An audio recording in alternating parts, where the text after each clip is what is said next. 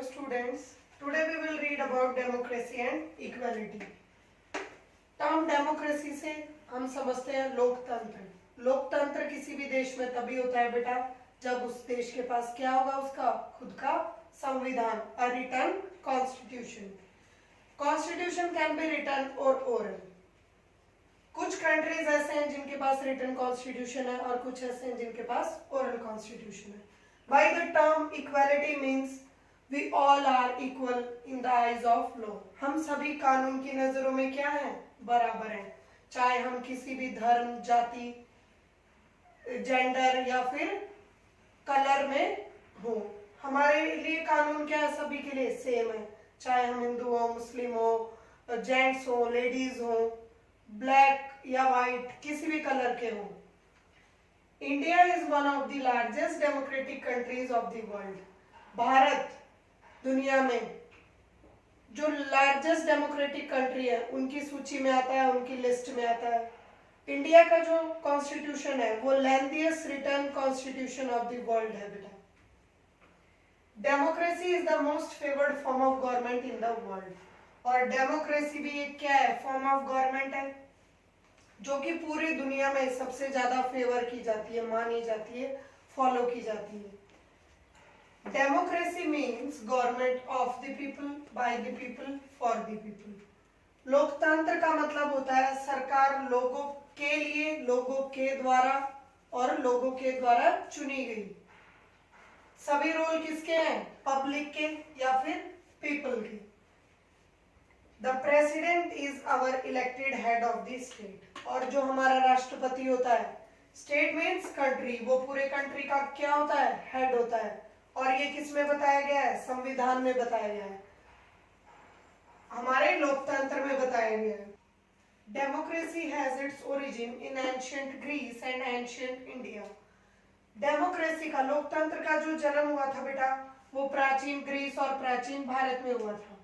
Greece का आज के टाइम पे नाम है इजिप्ट या फिर हम इसको हिंदी में कहते हैं मिस्र। The last form of government is called the democracy. Democracy को क्या कहा गया है? Last form of government. मतलब ये सभी लोगों के द्वारा एक्सेप्टेबल है, इसके बाद दूसरी कोई गवर्नमेंट फॉर्म आने के चांसेस कम है, इसीलिए इसको लास्ट फॉर्म ऑफ गवर्नमेंट कहा गया है।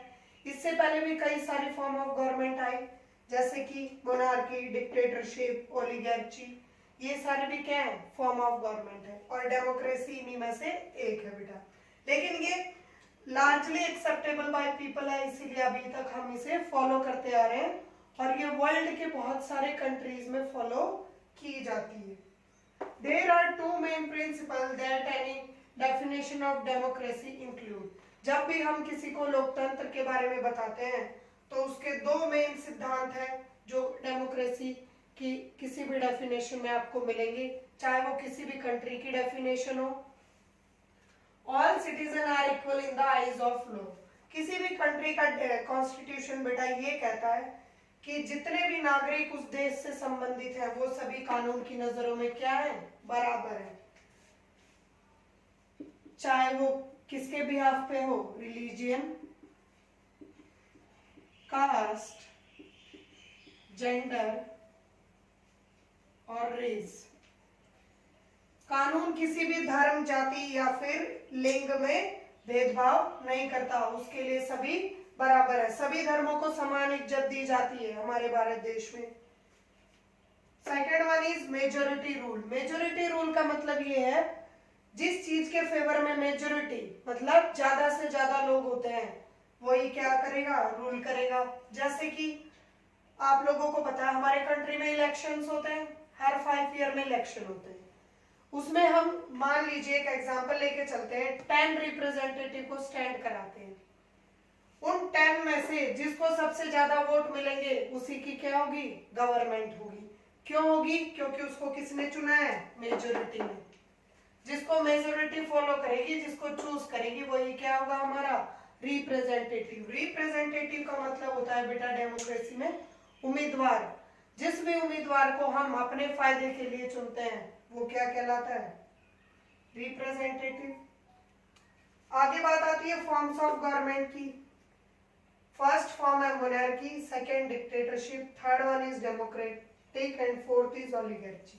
मोनार्की फॉर्म ऑफ गवर्नमेंट पुराने समय में होती थी, जैसे कि इसमें क्या होता था कि कोई भी राजा या रानी एक पर्टिकुलर रीजन या एरिया पे क्या करता था, रूल करता था, शासन करता था।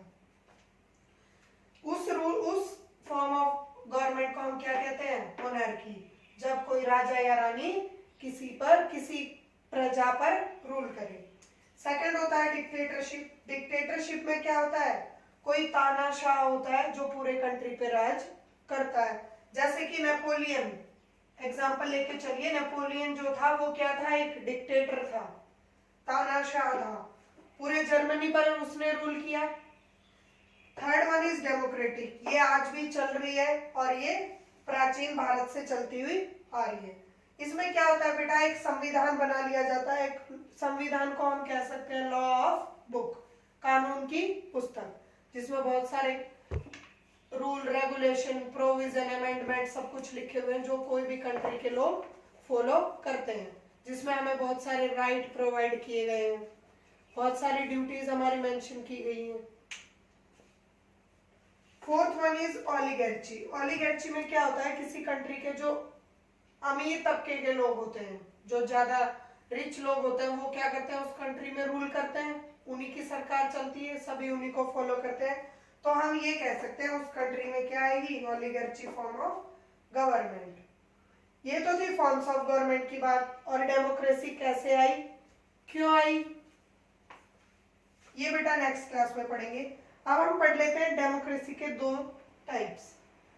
First is direct democracy and second is indirect democracy. Indirect democracy को हम रिप्रेजेंटेटिव फॉर्म ऑफ डेमोक्रेसी भी कहते हैं। डायरेक्ट डेमोक्रेसी में क्या होता है कि जो लोग हैं वो अपना खुद का रूल बनाकर उसको फॉलो करते हैं। जैसे कि इसका एग्जांपल है बेटा एक कम्युनिटी। हमने एक कम्युनिटी बना ली, 20-25 लोगों ने मिलकर के, और उनके रूल्स रेगुलेशन बना लिए कि ये ड्रेस कोड होगा, सभी को इस टाइम पे आना है, तो वो कहलाएगा डायरेक्ट डेमोक्रेसी।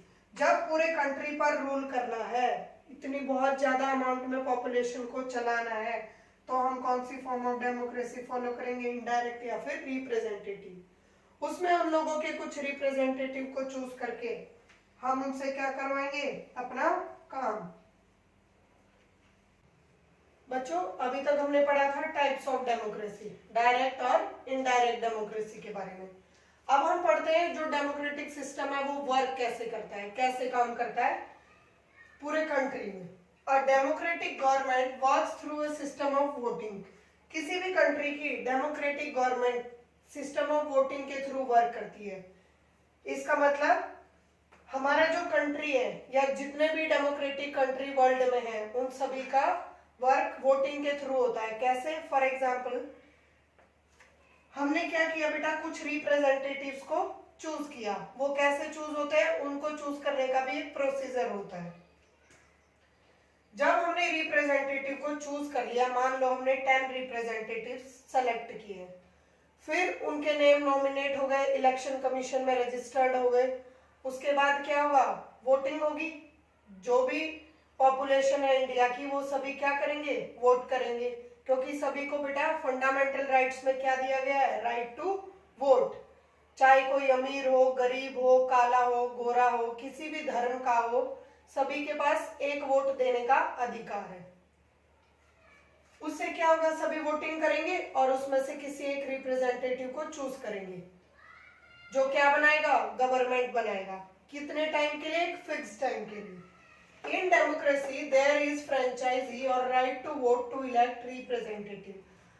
किसी भी डेमोक्रेटिक कंट्री में बेटा एक फ्रेंचाइजी या फिर राइट टू वोट दिया जाता है पर्सन को, क्या करने के लिए, मतदान करने के लिए। फ्रेंचाइजी और यूनिवर्सल एडल्ट फ्रेंचाइजी क्या होती है? Every democratic country has a fired voting age. सभी डेमोक्रेटिक कंट्री में बेटा एक वोटिंग एज फिक्स की जाती है। उसी वोटिंग एज में आने वाले लोग क्या कर सकते हैं, वोट कर सकते हैं। इन इंडिया इट इज 18 और मोर। इंडिया में क्या एज है वोटिंग की, 18 और उससे ज्यादा की। जिन लोगों की उम्र 18 या उससे ज्यादा है वो सभी क्या कर सकते हैं, वोट कर सकते हैं। चाहे फिर वो कौन से भी इलेक्शन हो, चाहे वो विलेज सरपंच के इलेक्शन हो या फिर लेजिस्लेटिव काउंसिल के इलेक्शन हो, सभी इलेक्शंस में वो वोट कर सकते हैं। रेगुलर इलेक्शंस क्या होते हैं बेटा? Regular election, the government is formed for a fixed period of time. Regular election में क्या होता है? एक पर्टिकुलर टाइम के लिए, एक फिक्स टाइम के लिए कोई भी सरकार बनाई जाती है। नेक्स्ट बार after that fresh election take place. उनका टाइम पीरियड कंप्लीट होने के बाद फिर से फ्रेश इलेक्शन होते हैं, फिर से उसमें रिप्रेजेंटेटिव खड़े होते हैं जिन्हें हम वोट देते हैं और उनमें से चूज करते हैं। अगर कोई गवर्नमेंट, मान लो हमारे कंट्री में 5 साल के लिए इलेक्शन होते हैं, 5 इयर्स, एक गवर्नमेंट 5 साल चली लेकिन उसने हमारे लिए कोई काम नहीं किया, ना हमें उससे कोई बेनिफिट मिला, तो हम उस गवर्नमेंट को बेटा हटाना चाहते हैं। तो हम क्या करेंगे? जब फ्रेश इलेक्शन होंगे तो उसको वोटिंग ना करके जिसको जिताना चाहते हैं उसके खिलाफ वोट देंगे, उसके लिए वोटिंग करेंगे, तो हमारी गवर्नमेंट क्या हो जाएगी? चेंज हो जाएगी। जब हम किसी गवर्नमेंट से सेटिस्फाइड नहीं होते हैं तो हम क्या कर सकते हैं? उस गवर्नमेंट को हटा सकते हैं। कितने टाइम के बाद? 5 इयर्स के बाद। नेक्स्ट, पॉलिटिकल पार्टीज मतलब राजनीतिक दल। पॉलिटिकल पार्टीज क्या होती हैं? इंडिया में बेटा बहुत सारी पॉलिटिकल पार्टीज हैं, 100 से भी ज्यादा पॉलिटिकल पार्टीज इंडिया में हैं। Political party is an organization of people who have similar views on a political issue. Political party वो होती है बेटा, एक संगठन होता है जिसमें कई सारे लोग मिलकर के एक पार्टी बनाते हैं जिनके व्यूज मतलब जिनके विचार राजनीति के खिलाफ, राजनीति के ओपिनियन सब सेम होते हैं। वो लोग क्या करते हैं? ग्रुप बना लेते हैं, उसको वो पार्टी की फॉर्म दे देते हैं। हर पार्टी का एक लोगो होता है और वो रजिस्टर्ड होती है कहां पर? इलेक्शन कमीशन ऑफ इंडिया के पास। जितना भी वोटिंग प्रोसेस होता है, रजिस्टर्ड होने से वोट डलने तक, काउंटिंग होने तक, सभी कौन देखता है? Election commission of India. फिर आती है बात रूलिंग पार्टी, ऑपोजिशन पार्टी और कोएलिशन गवर्नमेंट की। रूलिंग पार्टी कौन सी होती है? फॉर एग्जाम्पल आपने क्या किया? वोट किया, बीजेपी और कांग्रेस दो पार्टी हैं, आपने वोटिंग में बीजेपी को जिता दिया, बीजेपी विनर हो गई, तो वो क्या कहलाएगी बेटा? Ruling party. जो पार्टी विनर होती है, जिसको मेजोरिटी वोट मिलता है, वो कहलाती है रूलिंग पार्टी। वो क्या करेगी अब हमारी कंट्री पे? शासन। सेकंड होती है अपोजिशन पार्टी। दो पार्टियां अगर इलेक्शन लड़ रही है तो एक जीतेगी एक हारेगी, जो हार जाती है वो कहलाती है अपोजिशन पार्टी या फिर विपक्षी दल। कोएलिशन गवर्नमेंट क्या होती है बेटा? जैसे कि मान लीजिए हमारे पास 50 सीट थी, 50 सीट्स के लिए वोटिंग हुई, उसमें से क्या हुआ? हाफ चाहिए, किसी भी पार्टी को विनर बनने के लिए हाफ सीट चाहिए, मतलब 50% सीट्स उनके पास होनी चाहिए। इसमें से ना बीजेपी को मिली है 20 सीट्स और जेजेपी को मिली है 10 और बाकी की 20 किसको मिल गई? कांग्रेस को। तो इसमें क्या होगा बेटा? जो 20 सीट्स बीजेपी को मिली है और जो 10 जेजेपी को मिली है और बाकी की जो 20 कांग्रेस को मिली है। अब यहाँ पे दुविधा ये है सभी के सामने कि किसकी गवर्नमेंट बनेगी, क्योंकि दोनों के पास इक्वल सीट्स है। तो दोनों पार्टीज बीजेपी और कांग्रेस किसके पास जाएंगी? जेजेपी के पास, कि आप हमारे साथ मिल जाओ और हमारी सीट इंक्रीज हो जाएंगी तो हम क्या बनाएंगे? गवर्नमेंट बनाएंगे। लेकिन जेजेपी क्या करती है? बीजेपी के साथ मिल जाती है, तो बीजेपी प्लस जेजेपी दोनों की सीट कितनी हो गई? 30। अब ये 50 सीट्स से हाफ से ज्यादा हो गई, तो बेटा इसको कहा जाता है कोएलिशन गवर्नमेंट। जब दो पार्टियां एक साथ मिलकर के सरकार बनाती हैं तो वो कहलाता है कोएलिशन गवर्नमेंट या फिर गठबंधन सरकार। आगे आ जाते हैं। India is a democratic country, we have adult franchise. Bharat एक क्या है? लोकतांत्रिक देश है और भारत में यूनिवर्सल एडल्ट फ्रेंचाइजी भी सभी को दी गई है। Untouchability is illegal and punishable. Bharat में बेटा छुआछूत क्या है? इलीगल है और पनिशेबल भी है। पहले क्या होता था, जैसे लोगों की धारणा ये थी कि हम दलित वर्ग के लोगों को ना मंदिरों में जाने देते थे, ना कुओं से पानी भरने देते थे, ना उनको टच करते थे, दूर बैठाते थे। ये सब कब से हट गया? जब से हमारा कंट्री डेमोक्रेटिक हो गया या हमारे देश में संविधान आया, लोगों की सोच बदली, तो इसको हमने क्या बोल दिया? इलीगल और पनिशेबल। अगर आज के समय में कोई भी अनटचेबिलिटी करता हुआ पाया गया तो वो कानून से क्या पाएगा? पनिशमेंट पाएगा।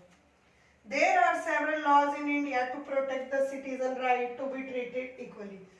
इंडिया में बेटा बहुत सारे ऐसे कानून बनाए गए हैं जो हमारे जो राइट्स हैं, अधिकार हैं, उनको उनकी क्या करते हैं? रक्षा करते हैं, हमारे अधिकारों को बचाते हैं। और क्या कहते हैं कि सभी को क्या से ट्रीट किया जाए? इक्वली, किसी में भी डिस्क्रिमिनेशन या भेदभाव ना किया जाए, हम सभी क्या है? बराबर है। Indian Constitution allows special benefit to be given to some disadvantaged member of the society such as Dalit and minorities. Indian Constitution ने बेटा क्या किया? जो minorities ग्रुप थे, दलित्स, मुस्लिम्स और वुमेन और अदर बैकवर्ड क्लासेस, उन सबको क्या दिए? कुछ स्पेशल राइट्स या प्रिविलेजेस दिए जो सिर्फ उन्हीं के लिए बनी है ताकि उनका स्टेटस क्या हो सके? अप हो सके।